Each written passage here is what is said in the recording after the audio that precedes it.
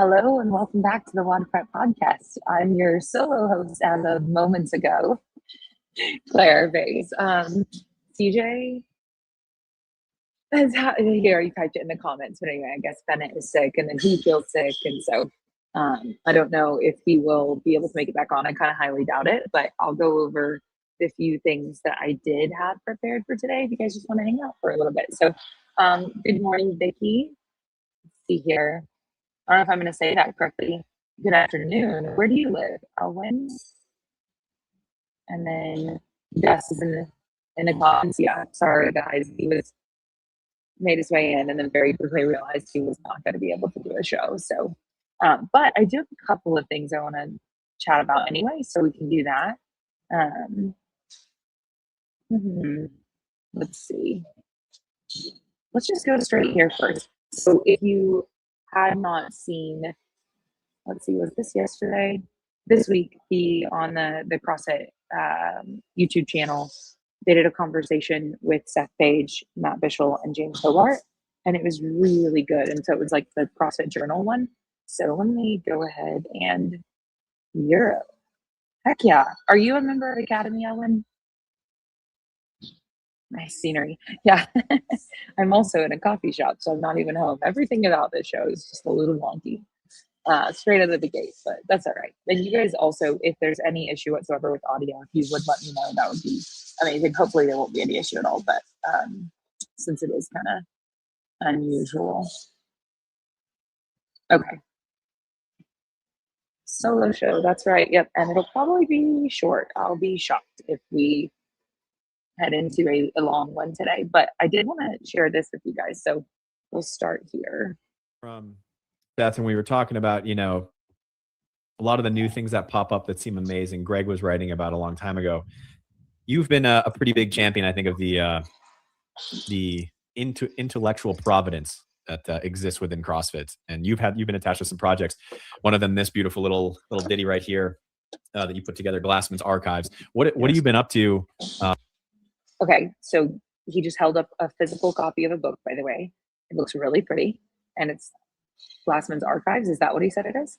We'll continue. And what do you think the value is of bringing this stuff back, right? Like some of these articles are old, almost as old as me. I will try to keep the story short, but this book is not my idea. So this book that got put together on my 39th birthday, so over a year ago now, my wife presented me a small little basket full of... Look at that thing. That looks really good. I'm so excited about this. If you guys had already heard about it, then if anybody has, let me know. But this is my first time hearing about this. It literally says Glassman's Archives on there. It looks pretty sick. Presents, and this book was in there. So there was some other cool stuff in there. No one gives a shit about the other stuff. This book was in there. And when I saw the book, this is going to sound corny, I had a fucking out-of-body experience. I like held it in my hand and was like, what is this? And like I could see myself looking at this book. I'm like, I didn't know they made these. Like, when did this come out? How did you get this? What is this? And she said, I made it. I did it myself. I put all the articles together. I found a publisher. I did all this. And I was like, holy shit. And my first instinct should have been... Okay, so we'll just pause there and simply say that his wife is the GOAT. The idea that she put this together, is she forward facing in any way? Because now I want to she's obviously deeply intrigued. And I mean, he has been forever as well. So that shouldn't necessarily come as a surprise. But either way, I'm just like, that's a ton of dedication on her part to put that together for him. Anyway, so that's why you're a legend. Thank you. Oh, let's not do that. So much. I love you. But my first instinct was more people need this book. Like, I'm not the only one that's going to feel this way about this. Like, I can't believe what I'm holding. And so since then, over a year from now, I've just been having conversations about people. We made like 10 more sample copies, whatever, sent a couple to you guys, sent some others to some other friends, and just trying to get feedback on like what they thought about it. And overwhelmingly, everyone that has the book is like, welcome back. Today we're going to make a song about sorry guys, this is the part where we don't have free, or we have free. This is incredible. And so, I had a nice conversation with Bruce Edwards about the book a week or two ago. And essentially, he's greenlighted me to have a license to produce this and distribute it to hopefully every single gym owner, every coach, every person who's interested in CrossFit around the world. So we're going through the final details of it, but it will be, our hope is to have it available by October if we can get through these final few little details. And then I'm going to hit the ground running. And the books will be available for sale worldwide. And so this is like a kind of a culmination of almost like it's not none of my work. It's all Greg's work. It's all Greg's stuff. But the way that I feel about everything that I put into the fitness industry has come basically from this. When I first started CrossFit, there was no YouTube channel to go to. You're just downloading WAV files and reading articles constantly all day as a new police officer working overnights, finding a parking lot and just opening the laptop and just going through these things over and over and over again. And I think people that have this in their hands are more likely to read it, to digest it, understand it. Vishal and I talked about a little bit about the importance of actually reading something as opposed to trying to listen to it on YouTube or whatever. And just having this, I think, will just change your perspective of what this was supposed to be. Sure, it's evolved over the 20 plus years since these articles have been written, but this is the methodology as it developed into what it's supposed to be. And so, it's like 89 of Greg's CrossFit Journal articles. And so it will be available soon. That is so exciting. I love it. I mean, it's so true. Like I don't know, anybody who studies anything, I mean, often with text, like you want to have a physical copy of it. You want to be able to touch the pages, underline it, highlight it, write your notes on the side, look up the definitions of things. And so the idea that we've had the journal online and you can look up this information, like all of this stuff that's in there, if I'm understanding correctly, this is all not new stuff. In fact, it's quite old. But the fact that we can go back through it and have that, I mean, even just think about from a perspective of like an affiliate, a gym having a physical copy of this in the gym where their coaches can go and pick it up and read through it at any given time, or they can use it as study material for their coaching development. And so anyway, I mean, obviously anyone who practices the methodology, whether you're an affiliate owner or not, this would be a really, really cool thing to have. Corey saying, I'm one of those people who need that book. Nikki, you need it. Yeah, I mean, we'll definitely be some of the first purchasers. And I am so excited about it. Way better in physical books. Yeah, for sure. I mean, the articles, being able to access them online is wonderful, and we do, and that's great. But it's just a different experience. I think we can all totally agree with that.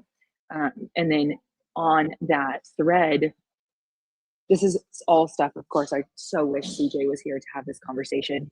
But I'm going through some mentorship with a level 4 seminar staff member now, the owner of my local affiliate. We're doing a bunch of mentorship work, and I'm participating in his coaches development regularly with the coaching team there. And I'm used to it there now, to the point where I forget how potentially unique it actually is. Some of the details of the way that the class structure exists there. And again, this is fun to talk about because I don't know that I feel strongly that one is right or wrong as much as they are just different implementations of the methodology when it comes to class structure and so on. But like at our affiliate, we don't use time caps ever. I mean, that's not a thing. The intended stimulus is very clearly explained in the lesson plan to the coaches, and then it is like in the classes, the coach explains it at the whiteboard very clearly. This is the exact intended stimulus. So here are our scaling options for the day, and we're going to find one that works for you in order to fit within that. And so we always know the time range of how long each workout should take. Obviously, if it's per time, but even still with the per times, we know roughly how many rounds, the ballpark of where we want them to land. And then the coach of the class for every single athlete, every single day, has that conversation with each athlete before the workout begins. And everyone is scaled appropriately to fit within that intended stimulus time window.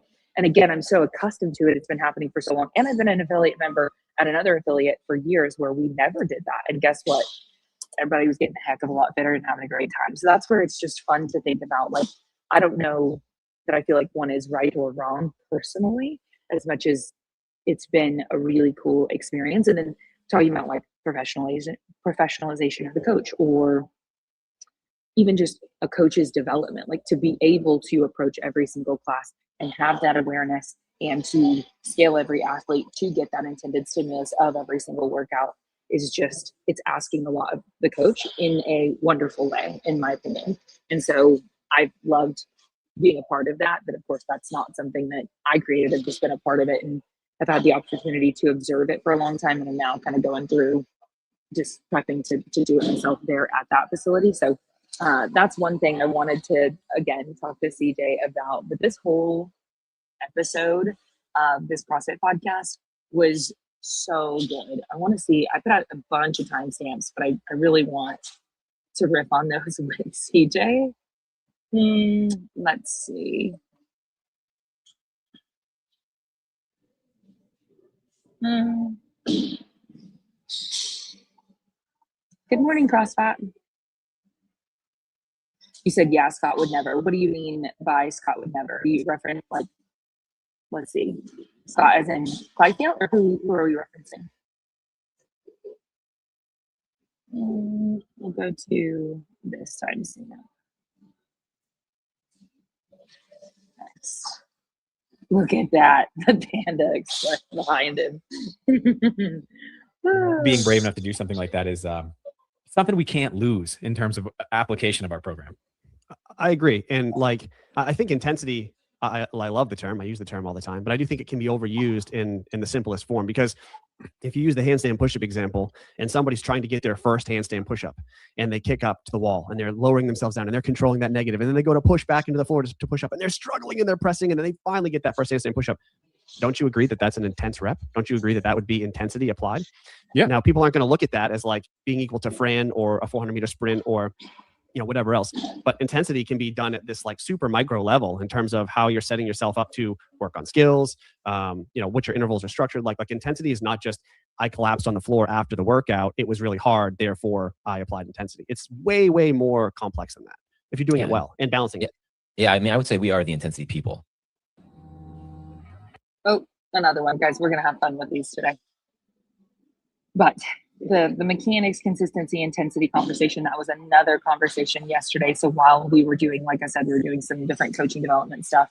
And I was pointing out that a specific athlete who has good mechanics could have optimized a specific movement to get a better score on the workout, simply because they were wasting energy on a part of the thing that didn't require any fitness. It was just like literally, if you just change this, then they're going to move faster. And it wasn't a matter of fitness. And so he was just pushing back with me and like, okay, so you're seeking intensity, right? And just always make sure before you want to adjust that athlete's whatever they're doing so that they can get a better score or whatever. Like, let's take a look at the mechanics first and make sure that all that was going well. So of course, in that situation, that was a non-issue. But how many times do we skip over mechanics for intensity? And I just love always coming back to that mechanics, then consistency, then intensity. That is, again, in those articles going to be, I'm sure, thoroughly addressed. I cannot wait to get my hands on that. They were so chill. He kept on and on about CrossFit being unsustainable. Oh yeah, I was impressed. Don't feed the trolls. They said something about feeding the trolls. By the way, good morning, Terry.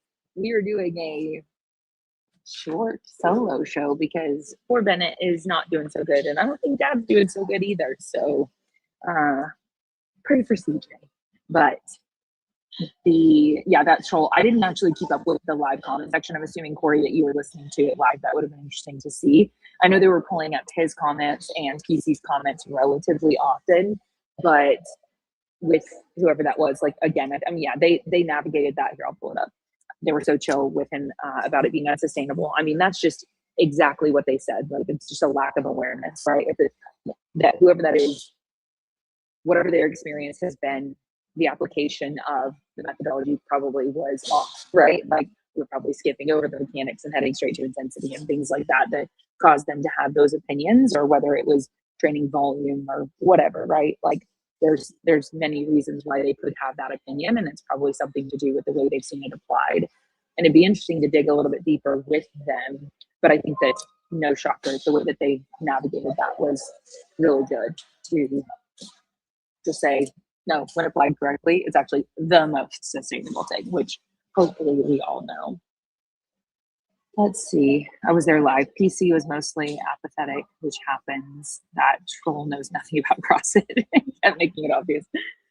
Yeah. See, I mean, and that's the thing. Like anybody who does understand it, then like obviously in no way, shape, like what we're strongly disagreeing with that. Man, God, they had so many good segments in here. Let's see. What do I want to? I don't know if I want to go anywhere else in there without CJ though. There was a conversation that they had about like some coach. Oh wait, no, this is definitely one. Whoop, we found another. All right, where is it?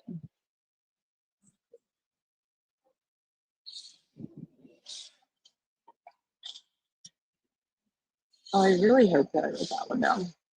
There it is. Yeah, it was a great show. They are really fantastic minds in the same place. Yeah, you talk about people who have been around for a long time who really know ball when it comes to CrossFit. Like these guys know ball. So it was an excellent conversation. They've just been around so long. They've seen so much. Really cool. I hope that they do more shows with the three of them. I know it seems like Bishel's been forward facing a lot more than you like, at least from what I've seen more recently, which has been awesome. Oh, look who's back. Well, we'll see. Are you gonna come on, or are you just gonna sit back there?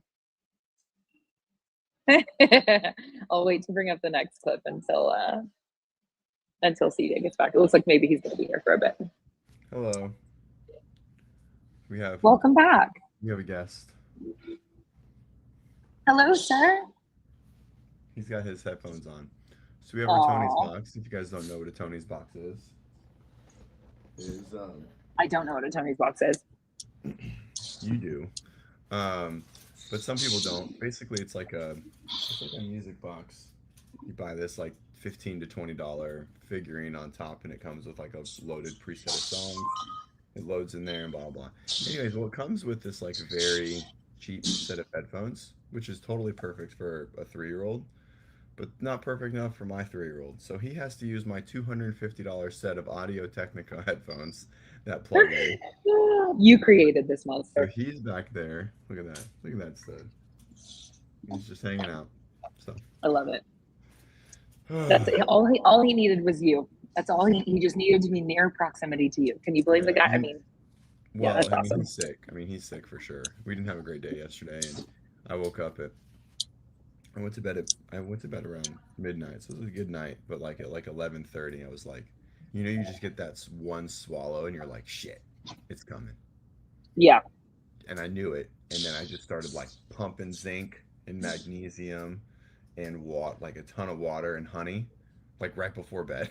I probably ate like 4 ounces of honey before bed. I was like, because I knew my throat was gonna hurt, and then in the middle of the night, I started having dreams about like my throat hurting, and then I woke up. Oh no! Yeah, you're fixated on it. Myself up at like 3, and I looked over because I sneezed in the bedroom, and William is still in the bassinet, and I looked over like scared because I thought I woke him up, and Perrin was feeding, and she was like,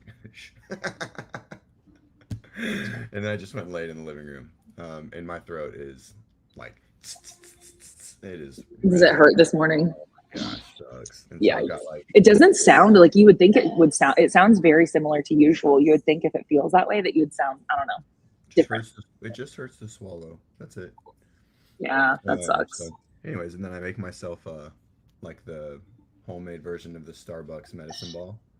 Yeah. Honey, that's good. Tea.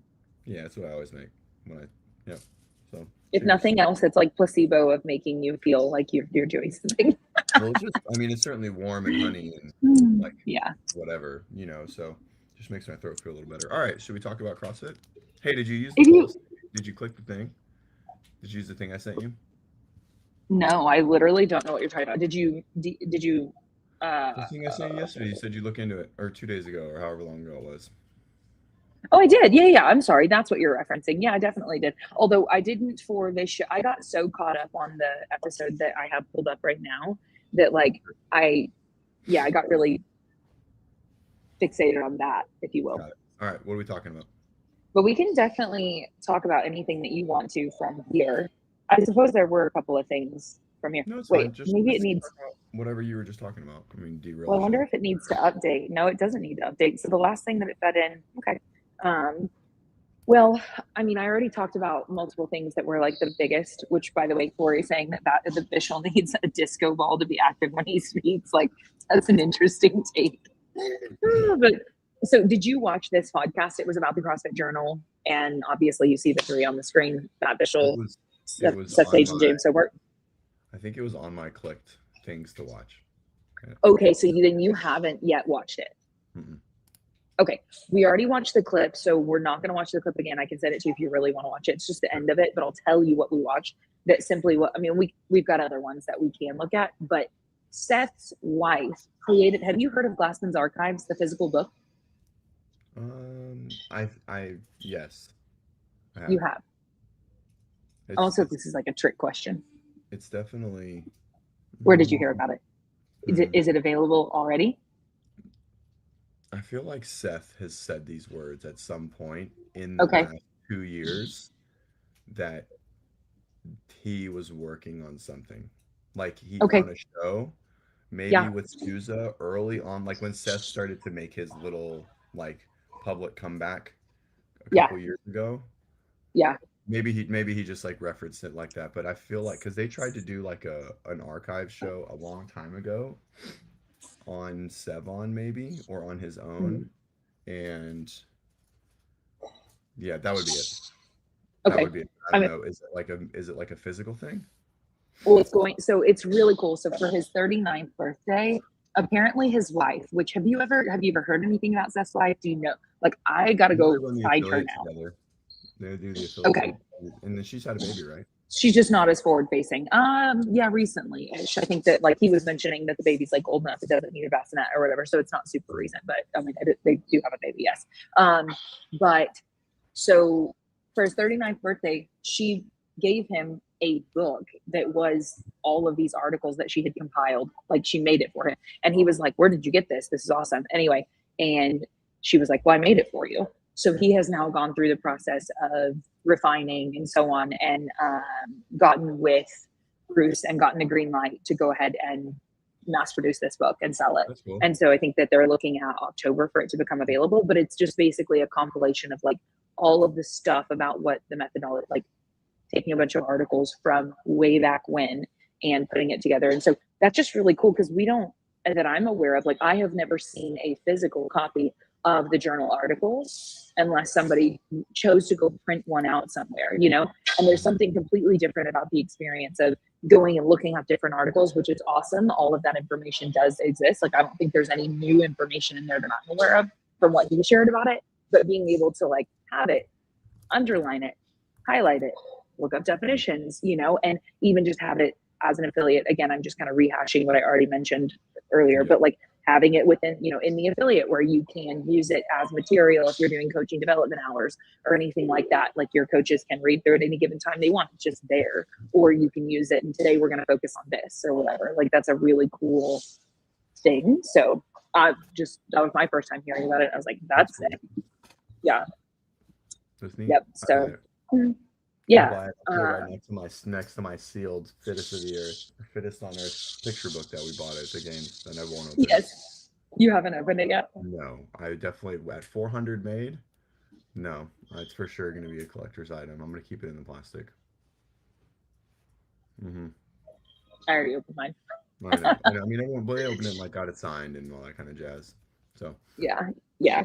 Well, so. And then the other thing I already talked about was just building off of that, of like the mentorship that I'm going through. And we talked about, this is where I wanted you on the show and now I'm just repeating myself, but we like at my affiliate, we don't ever do time caps. So we always just do intended stimulus, and it's so clearly communicated every day to the coaches so that way the coaches can so clearly communicate it to the affiliate members, and every single class member has like, they get to have a conversation before the workout begins. Like, I mean, not only is it explained thoroughly at the whiteboard, but then as you are going through the specific warm up, you're dialing in, where you're going to hang out. And then the coach has the conversation with every athlete so that way they fall within the intended stimulus, and time caps are not a thing. Right.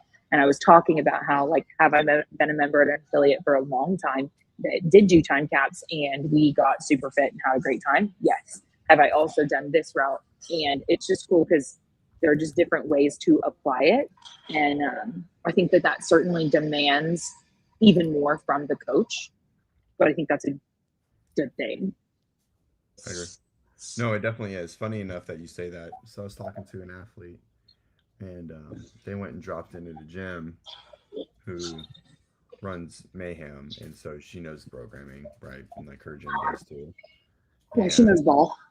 She knows all. I mean, she knows like she can compare, like she can direct compare because the gym she went to is doing the same program that her gym is.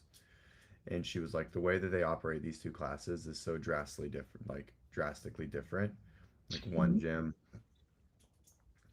is like time, like always scaling to meet the stimulus and the goal time. And so, you know, there's always time caps and like those generalized things, but just in general, but there's like, they have a goal time. And so everyone adjusts to meet the goal time. Everyone is always working down to maintain stimulus and so on. And then in the other gym, like maintaining, getting your son, Yeah, I'm like trying to block it so it's a little bit less of like, anyway, go ahead. Just like it'll just halo you. It's fine.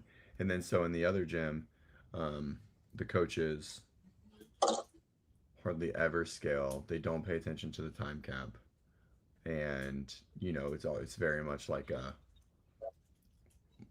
like early CrossFit when like heavier is better, harder is better, volume is better, sort of thing.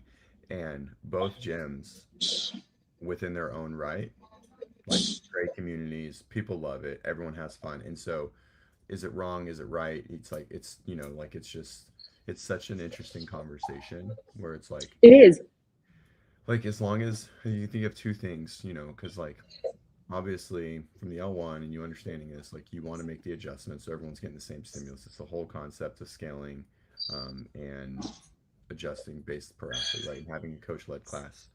But there's something to say that if athlete just wants to send it, even if it takes them longer and it's different.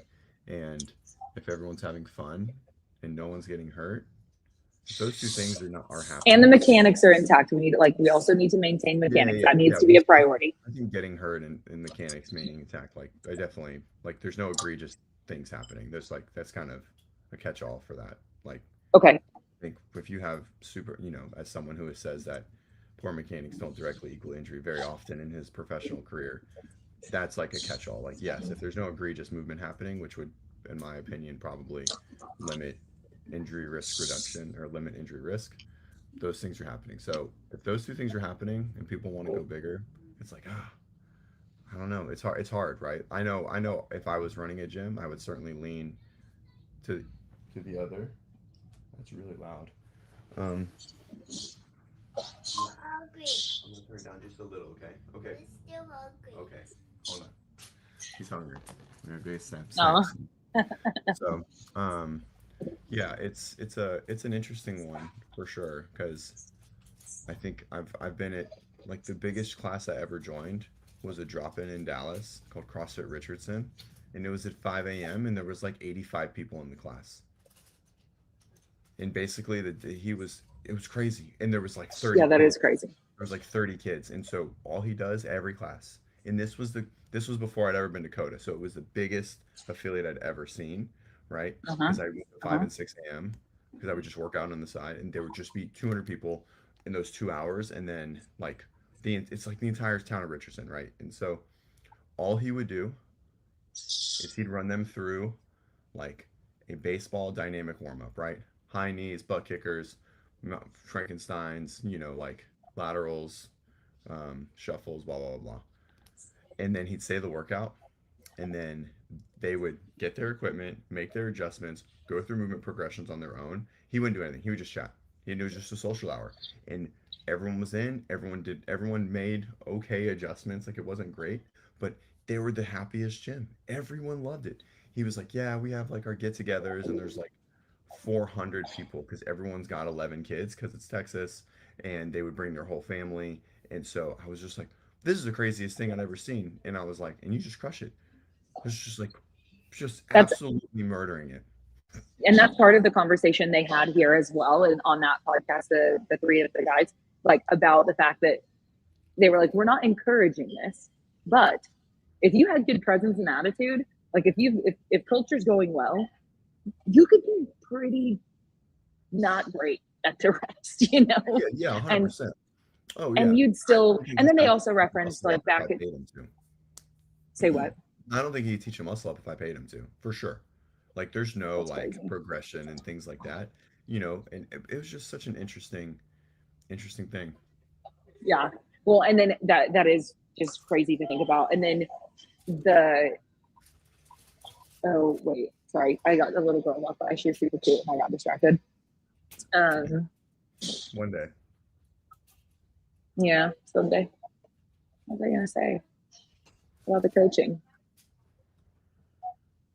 That's annoying. I mostly coach on vibes, Corey. Yeah. Yeah.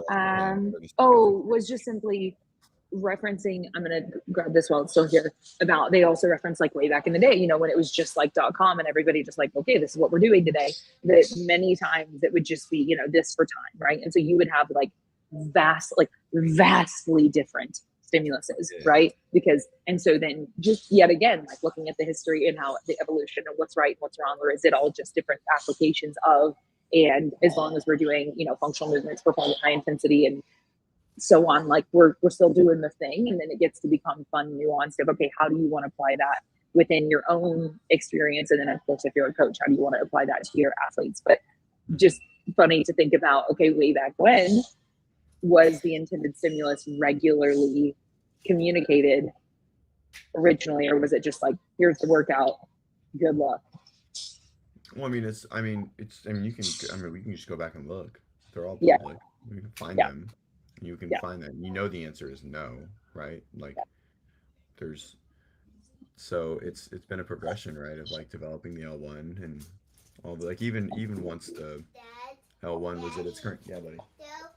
About my super weight. Okay. All right, I will. And yeah, I mean, it's been a progression for sure. But even now in .com, like the lesson isn't like, you get the lesson and all. Oh, you remembered your name. Okay. We filled up our jar yesterday, so we have. Like so now you get to do something. He got a toy. Yeah. So we go to Barnes and Nobles, which is the toy store. And then I don't know what's okay, go. He's right there. And we pick out like Paw Patrol, or he's into Super Wings right now, which is weird because he's like, maybe seen like one episode, but they're like, I don't know, little like robot flying things.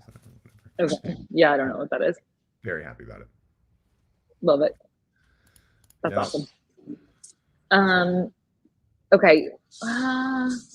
This is where I was about to go. You want me to just keep going with this?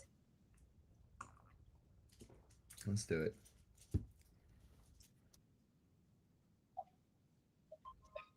I guess I could pull it back on screen. Sorry.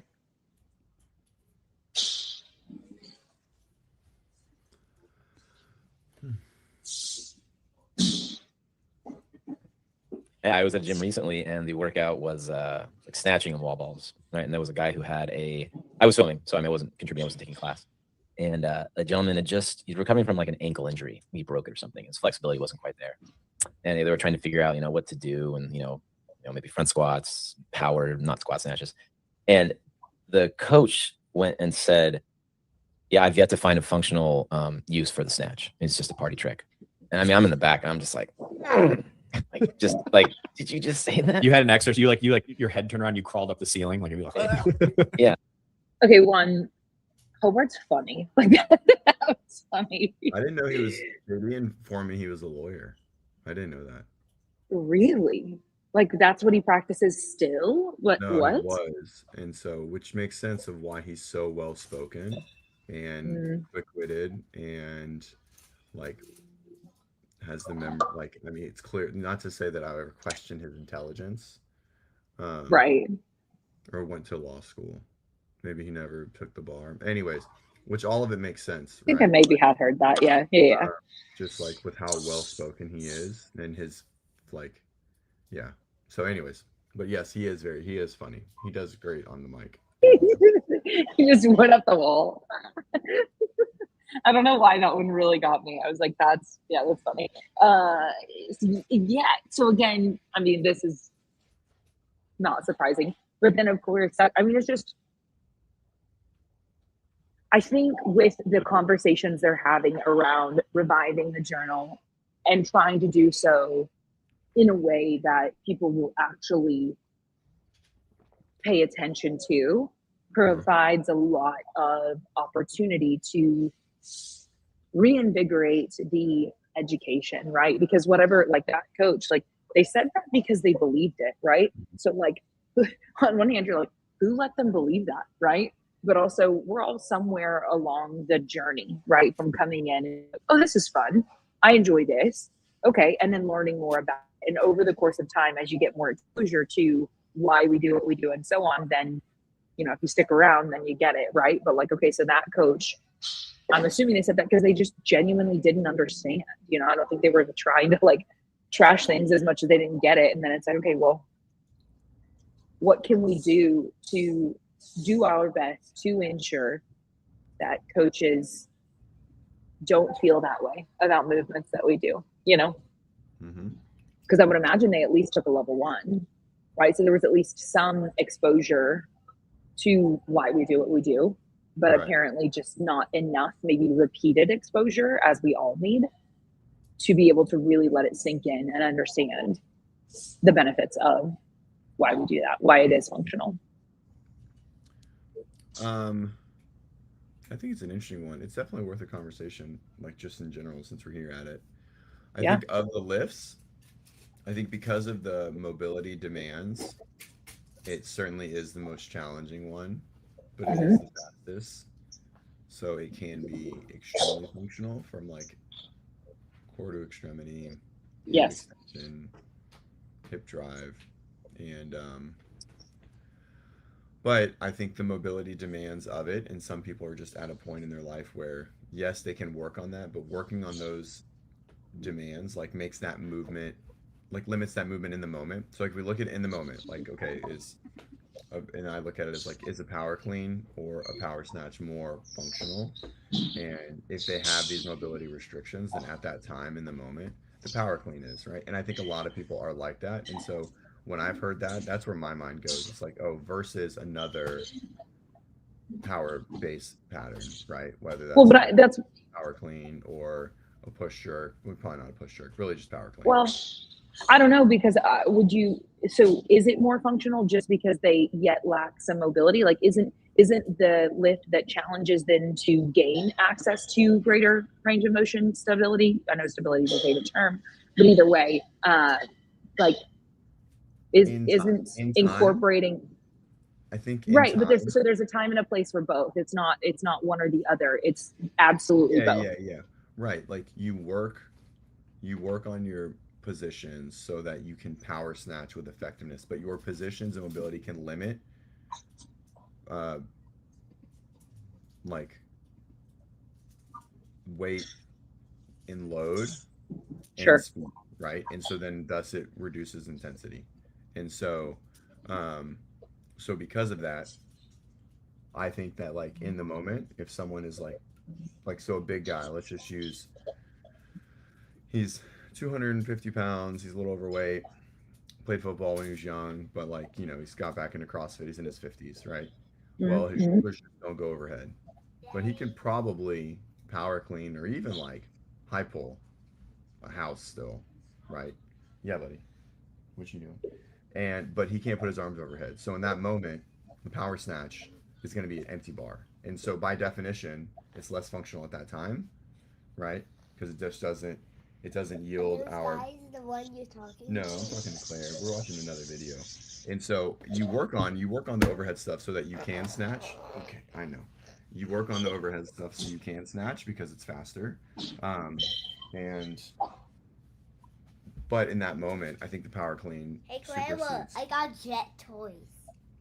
You got jet toys? You gotta come up here. Look, you gotta see me. You gotta see yourself in Daddy's screen. These are my. Yeah, right there. Whoa.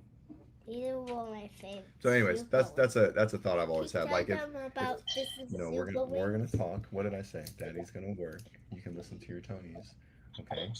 They're Right. super wings. Those do look like really cool toys, Bennett. I heard you got those yesterday. Let's see. Let's see. Yeah.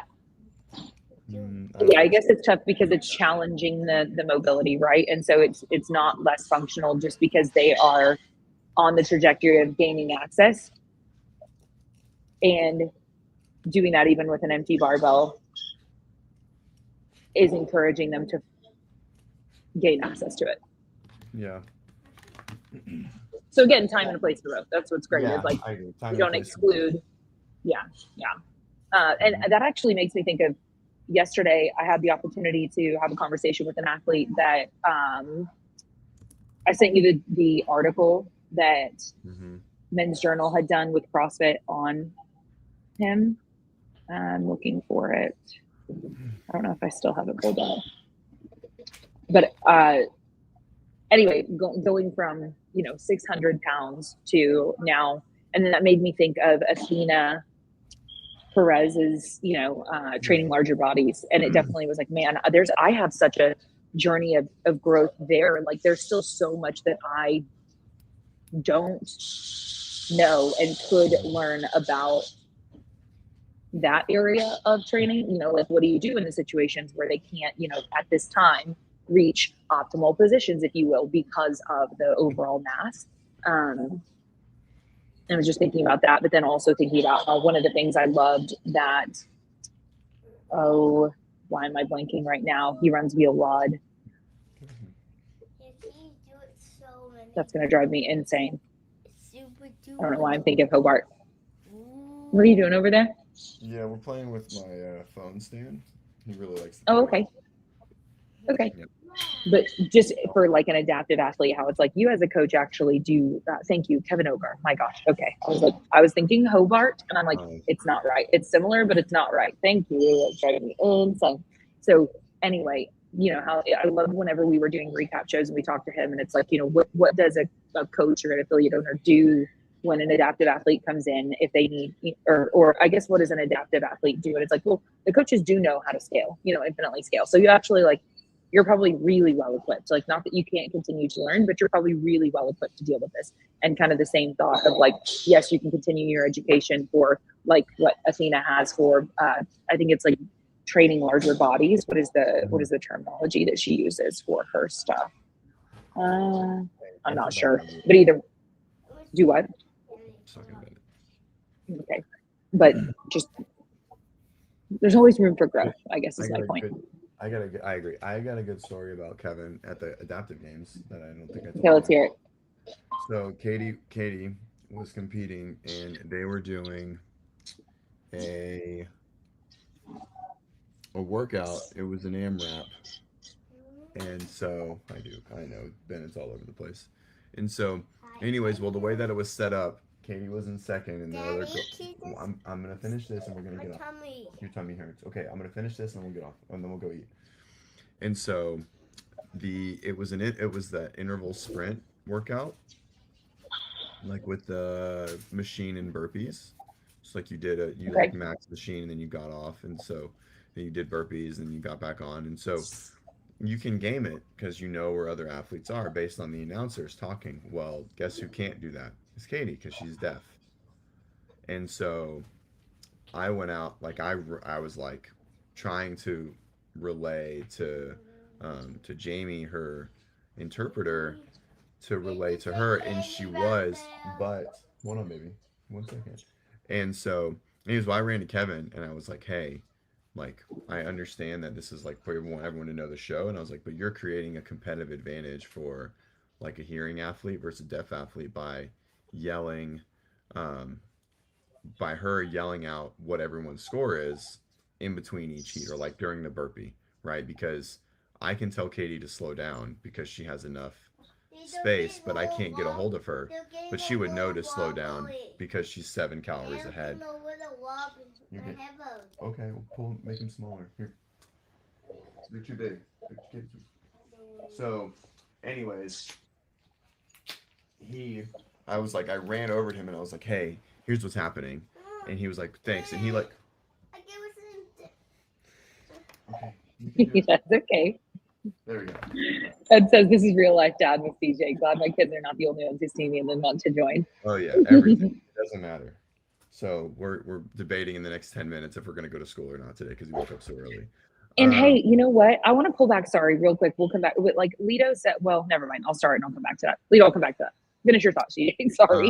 And so, anyways, he was like, he's like, he wheeled himself on out there and like told the judge, you know, hey, can we do this? And he ran over to Jamie and relayed to Jamie, like, hey, you can, like, you know, because like Jamie's like only supposed to relay, like, you know, like she's not technically supposed to relay things for me. Like there's just like there's like unwritten rules of like because she can't coach, but she can relay. Like and so there anyways, and so afterwards I was talking with her and she's like, oh, I tell them all of that stuff. And I was like, well, that's just good for them to know anyways.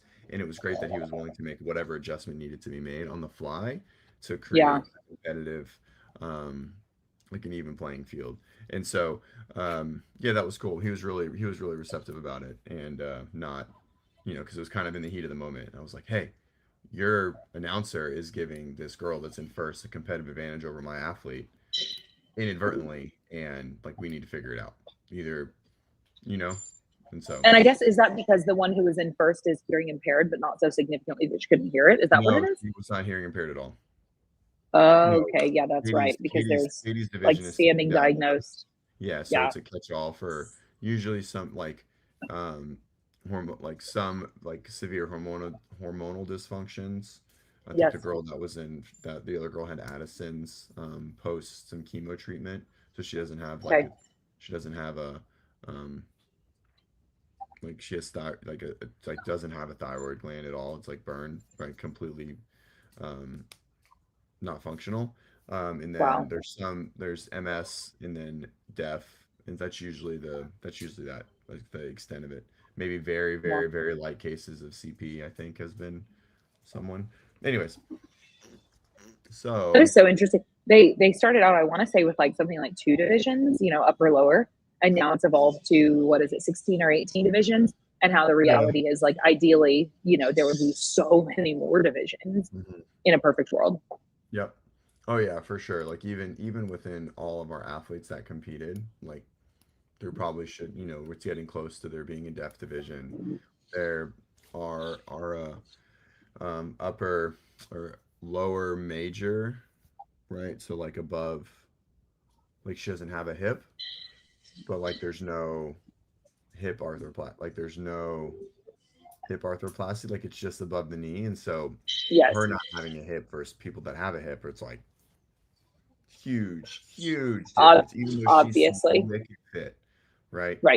So it but there isn't enough for the other division, and you know, and so and there's what was it? There was something that Melissa, because it was her first time coaching in adaptive, there was I can't remember what it was. It was something consistent that like interfered with so like in the hip arthroplasty, like they made the athletes like go set up their rower in the or go set up their rower or something to that. Oh, they had to move the box when they were going. And for our athlete, like that was in a very challenging thing. Like she just couldn't do it. And it's like it crushed her for the workout. She couldn't set the workout up appropriately and get into it fine and like couldn't go, even though every movement of that workout was there. And so it was like, was that really needed to create the competitive flow is important, you know.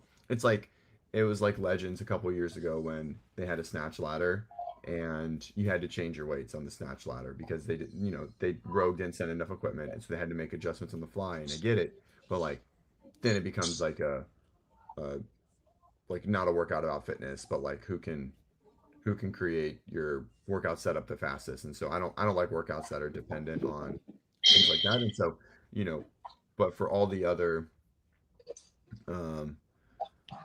people in her division, it's not a problem. And also I definitely want to bring this up, and then I probably have to go because so like while, you know, we had quite a few athletes like WODprep represented in some capacity, whether they were template or one-on-one. And JD's comment says, can we talk about how cool it is? Our main governing body pays for our adaptives. We have to be the only sport that does that. And so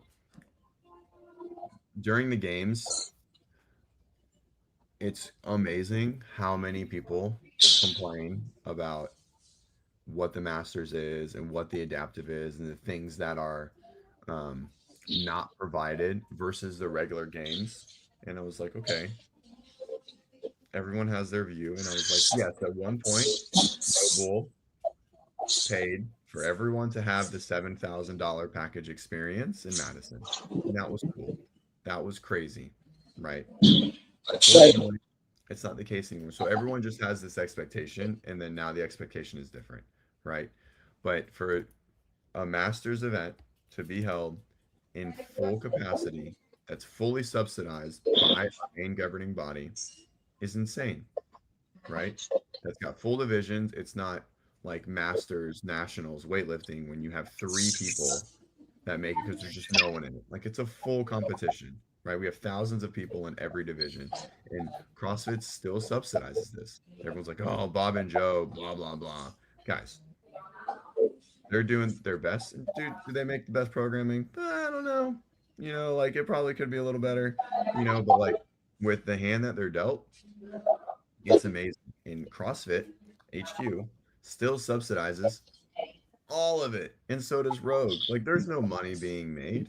Like, well, what about entry fees and blah blah blah? Like, we rented out a convention center in San Jose. I think that wasn't $100,000 or a couple $100,000, and so, you know, on top of that, and teens in mass and teens in adaptive, that's insane, right?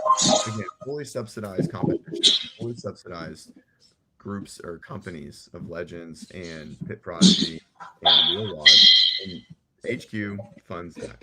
And so everyone that's complaining that it's not the games, we don't get to use the stuff and blah blah blah, it's like, hey, it's still happening even when a company, it's not a financial benefit at all, right? Like it's a for sure a ridiculous net loss, like hundreds of thousands of dollars of net loss, if not 7 figures in some capacity, right?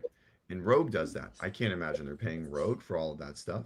And so they come together and they facilitate the ability for us to hold these events. So just be happy about it, right? Like, no, it's not going to be perfect. No, the judges aren't going to be perfect. Everyone's a volunteer, right?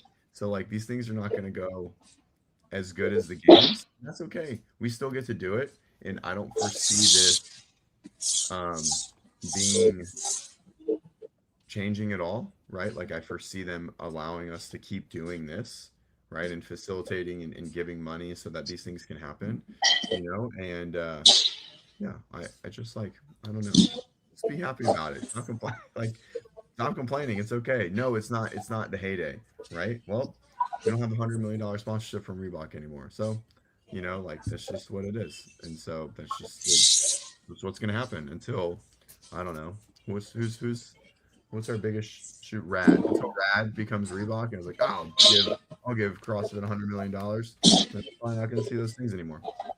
Yeah, you're not gonna. I mean, I don't even.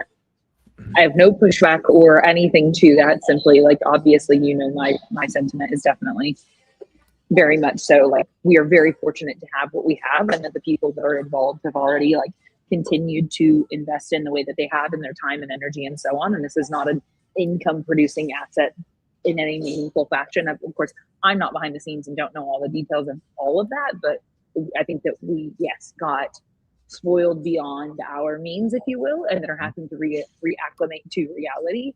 And the fact that it still exists, like, man, you know, like, yeah, it's there's room for scrutiny within reason to encourage, but again, like we talked about this the other day, you know, if we're doing that, is it productive, right? Is whatever we are, the conversation that we're having, are we offering solutions? Are we getting involved? Or are we just throwing fits outside, you know? It's throwing fits. It's just throwing fits for no reason. And if we're just throwing fits outside, like I have so much less care to be a part of that conversation. Yeah, it's like, I mean, I think we should always talk about it, right? Like, you know, we talk about the programming and should it get better and can it get, you know, like I think it's fine to have discourse, but you know, like it's there's a lot of give, especially in these like in teen and you guys watching this back here, teen and are you stuck? Oh. And in adaptive and masters, and like I think it's cool that we can still get to have it, you know. Yeah. I mean, Yeah. it's really cool for WODprep. All right, I gotta go. I do want to. Okay. I gotta run, and then I'm gonna try and get him to school and get up. All right. Okay. Bye, guys. Okay. Thanks, Claire. See ya. You bet. Yep. Have fun. Yeah. No, Lito, I did want to come back to your comment here where you said, I don't think the level 1 or the level 2 prepare you to scale for specific populations, though. And so with that, then I think just what they are doing is laying a really solid foundation that it then becomes our responsibility to, like, they are certificate seminars, right? And they are either the hybrid one day of, you know, doing stuff online and then one day in person, or I think for the level 1, isn't there a fully online? I don't want to say that wrong. I know there's a hybrid, and then there's of course the full 2-day seminar. Anyway, even within that time, like the amount of time that you have to educate and to go through everything that all the material that needs to be gone through, the idea that anybody would walk away fully prepared to then now be absolutely exceptional at all of the scaling and so on. There's a level 1 online only. Yeah, thank you, Ed. So, because I think that, isn't it right that they don't have the online only for the level 2? They have the hybrid for the level 2, right? There's an online level 1. Good for 3 years. Yeah, thanks, guys.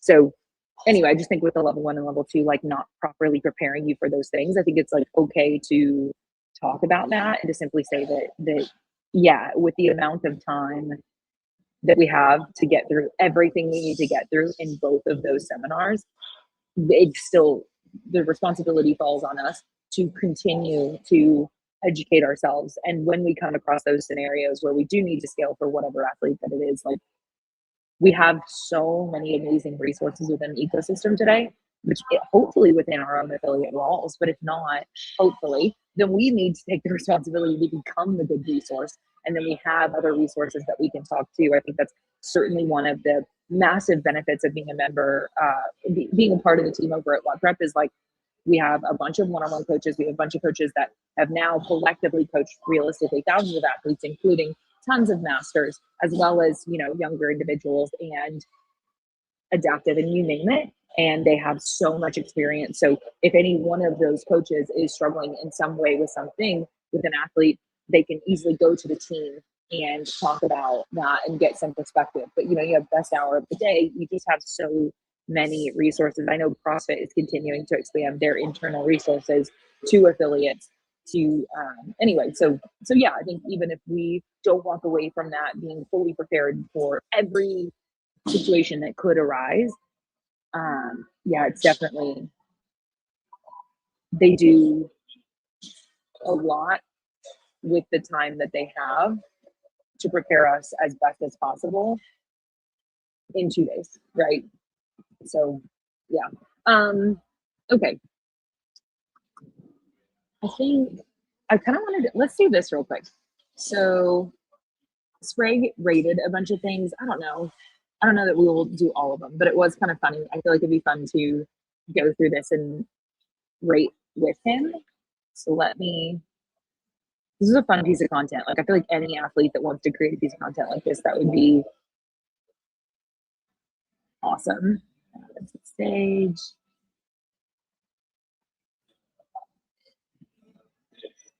Okay.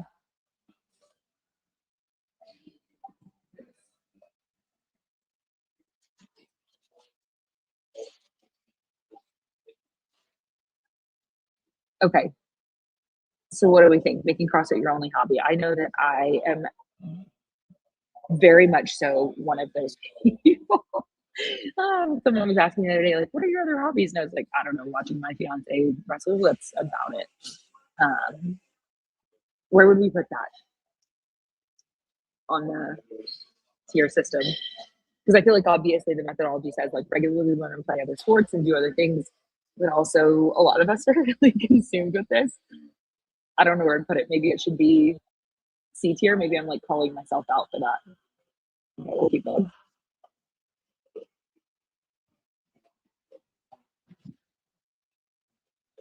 Okay, that's funny.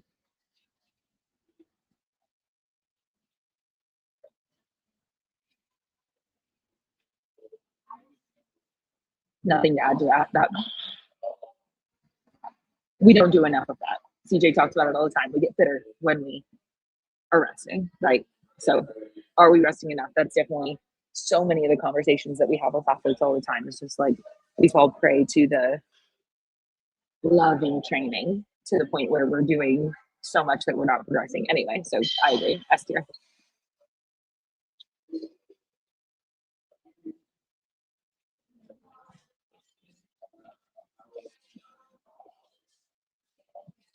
Okay, what do we think about that? Anybody? I think that as long as you're getting your protein within that day, I don't know, that I feel like it has to happen right after. If I go like C tier.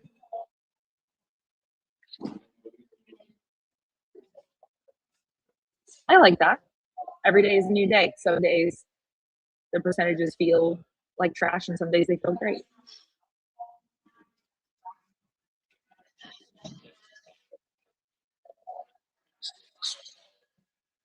Tracking macros, I'm going to put that maybe A tier, only not S tier, just because for some athletes it is quite challenging psychologically and so on. But I think for many of us, it's a remarkably useful tool.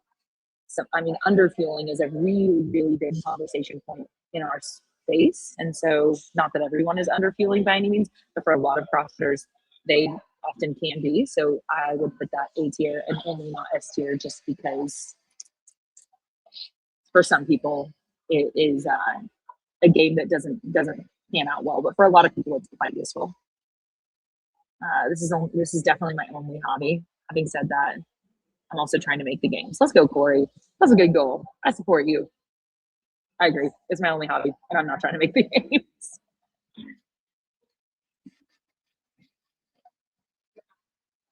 Okay, using belts for all your lifts.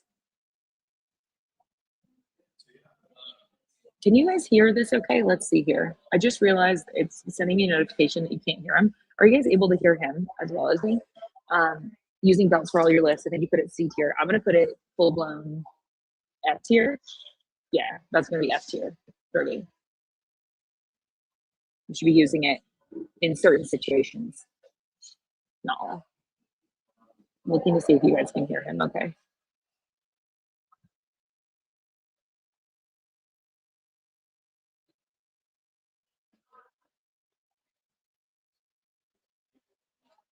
Love it. Not going to agree there, or not going to disagree there.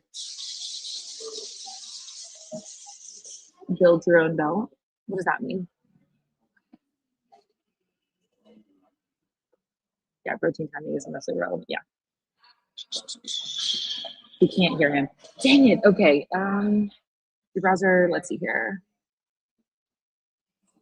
Oh, okay. Maybe this will fix it.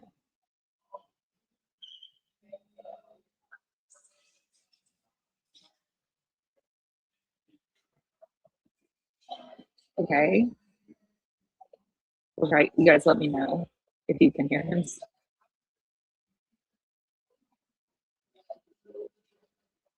Can you guys hear that? He said WFP is A tier. The only thing that would make it better is if all the athletes joined. I'm fine with that. I don't think I have a strong opinion. It makes you midline stable before you just expect a belt to do it for you. Build a belt. Okay, so you meant literally your midline. Make your midline work. Love it.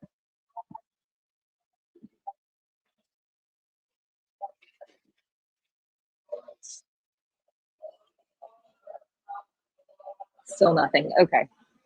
This is where me doing this on a little laptop and so on is just kind of super derpy. I really would love to have you guys be able to hear it, but I'm going to try this real quick. Now that we've made it this far with you not being able to hear it, I'm so sorry. Try this. Okay, so he said, what did he say? Training camps, B tier, and thinks that people can still get super fit without them. I mean, you have people like Ariel who are testament to that. So, no strong opinion there. F tier. Make the open longer, please. We don't need. Oh, so this is interesting. He said individual quarterfinals and put an F tier. He said that just make the open longer. and then they can go straight to semifinals from there. What do we think about that? That's a good one. Oh, we got sound. Okay, yay, we fixed it. I don't know. I feel like the humans having aversion to change is such a real thing. So like, I'm like, well, it's this way. It works great. I'd be perfectly fine. Maybe I do like that. I'd be perfectly fine with making the open longer again and removing quarterfinals altogether. I don't know. Okay, glad that there's sound. What do you guys think about that one? Where would you put that? The idea of getting rid of quarterfinals and just making it a longer open and straight into semifinals. Make the programming matter more, and it's great. So what does that mean, matter more? Do you just simply mean like, obviously making it longer means there's more workouts? Do you mean more variance that will inevitably occur as a result of more workouts? What does make it matter more mean? Another stage. Boys Interrupted podcast, S tier. Most information you're going to get from athletes about what's relevant and what's going on. And we have. Oh yeah, that's great to mention. Didn't Bailey Martin, Ricky Garrard, and Jay Crouch, did they actually start their own podcast? I've got to go find that. If so, they've got company. It actually has to test fitness. Okay, well, I mean, it does test fitness. Could it be better? Yes, but does it test fitness? Yes. Honestly, the open from 2020 or 2012 to 2020, then I'm all in for it. John, what's good? Yeah, I mean, I think that I love the idea of having a longer open again. I loved it then. I don't dislike his take on that at all. Have a lot of fun. Hero workouts, S tier. I think this is an amazing way to honor fallen soldiers. Being too tall for.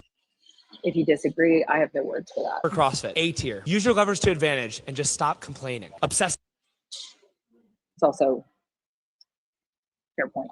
over zone 2, F tier. Intensity promotes adaptation. Eating carbs before your.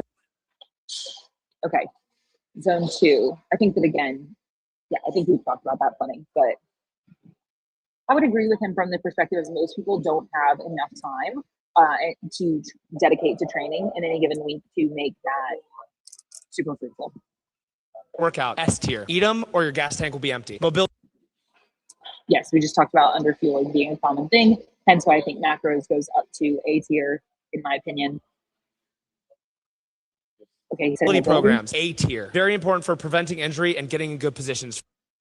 I think that mobility programs, one beautiful thing is our methodology is like, it is a mobility program in and of itself, right? Like it just is baked into what we do, whether you do it separately or not. Not that if you clearly have a deficit in gaining mobility, that like dedicated time to it is awesome. But maybe I put it like B tier, only because I think that methodology itself is going to force us to work on that every single day. If you're sacrificing your one workout a day for zone 2, you're doing it wrong. Yeah. For your workouts. High Rocks, C tier. Really cool, accessible race for people, but not a complete test of fitness. Puts athletes in a box. I think not looking at it as I only do that. I put it like A tier easily, just because I think it's such a wonderful benchmark, if you will. I think it's really cool. Obviously, if we're doing that exclusively, that's a different conversation. But I think what it has done for the space of fitness as a whole, it's getting so many people in affiliates. It's not even funny. So yeah, I'm going to go at least A tier on that. Obviously, I'm not saying that then you just train exclusively for that and rating it that way. Contrast therapy, B tier. Really big fan of it for recovery, but if you're not focusing on your sleep and nutrition first, pretty much irrelevant. So that. Love it. Crushed it. What did you put that as, B tier? It went away. This is my CrossFit. Did you put contrast therapy as B tier? Definitely awesome. But if we're skipping over dollars to get to pennies, what are we doing? Like sleeping and nutrition is obviously way more paramount. I love it. I loved it. That was fun. I think that a lot of athletes can have a lot of fun with that and put a bunch of different things in there. Anyway, okay. I also wanted with CJ, well, I wanted CJ to do that, and then I wanted to rate different styles of workouts, like do the same tier system, but for different styles of workouts. But maybe we'll hold off on that until he's actually here again. So Okay, other than that, I think maybe we'll just touch on this real quickly and then we'll probably just, call it a day. Spin reported on this. He said on the Rogue point system page, Rogue is reviewing Xenon for points. Could we see performances at Xenon added to the top athletes' points on the Rogue's qualifying system leaderboard? So, John, I saw you were in the comments. I'm curious if you guys, I don't think I heard you guys talk about this at all the other night. I don't think. It's posted 3 days ago, so maybe you guys referenced it. Are they for sure? My curiosity is this so okay? We see this, so this is for sure going to be included. That is definitely interesting. And here in not this weekend, but next weekend is Xenon London. Let's see, am I right in that? Yes, yeah, next weekend is going to be Xenon London. That would be really freaking cool.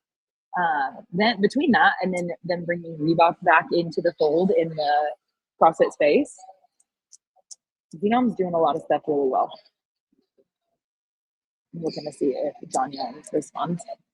Okay, I think that's all we have for today. If you have not gone and watched that full conversation on the CrossFit YouTube channel about the journal from James Hobart, Seth Page, and Matt Bishel, then strongly encourage you to do that. We picked up 3 timestamps from it, but I had at least double that we could have riffed on.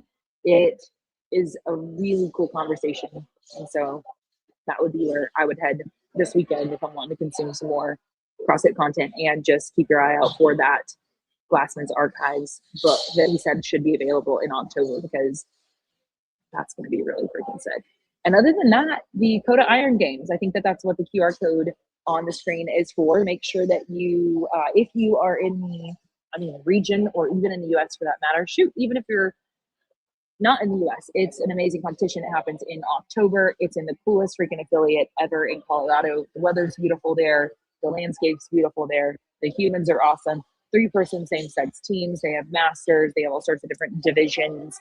They also are doing custom design shirts every single, so both days, you and your team can design different colorways and so on. And then each athlete on the team gets to pick a different athlete kit, if you will. And so if you would rather the apparel kit, great, you just select that on your sign up. If you would rather a really nice power backpack, then you can pick that. And so I think that's really, really cool. They're doing all sorts of custom apparel stuff for every team that signs up. And then what was it? They posted this just yesterday on Story.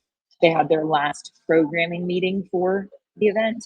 And they said, we always focus on creating programming that is, and they listed out 4 things: fun to do, fun to watch, balanced fitness, and is something different. And so if that speaks to you and you want to do a competition that does all of those things, Coda Iron Games is freaking awesome. It's in Colorado in October. You can scan that QR code to sign up, or you can also go there and even enter, if you don't have teammates, you can go ahead and there's some type of a way that you can register to get partnered up with other people who are at the same ability level as you. So even if you're like, man, that sounds dope, I would love to go out there and do that, but I don't have a couple of friends to do it with, just sign up there. And then you can get partnered up with some people to compete with.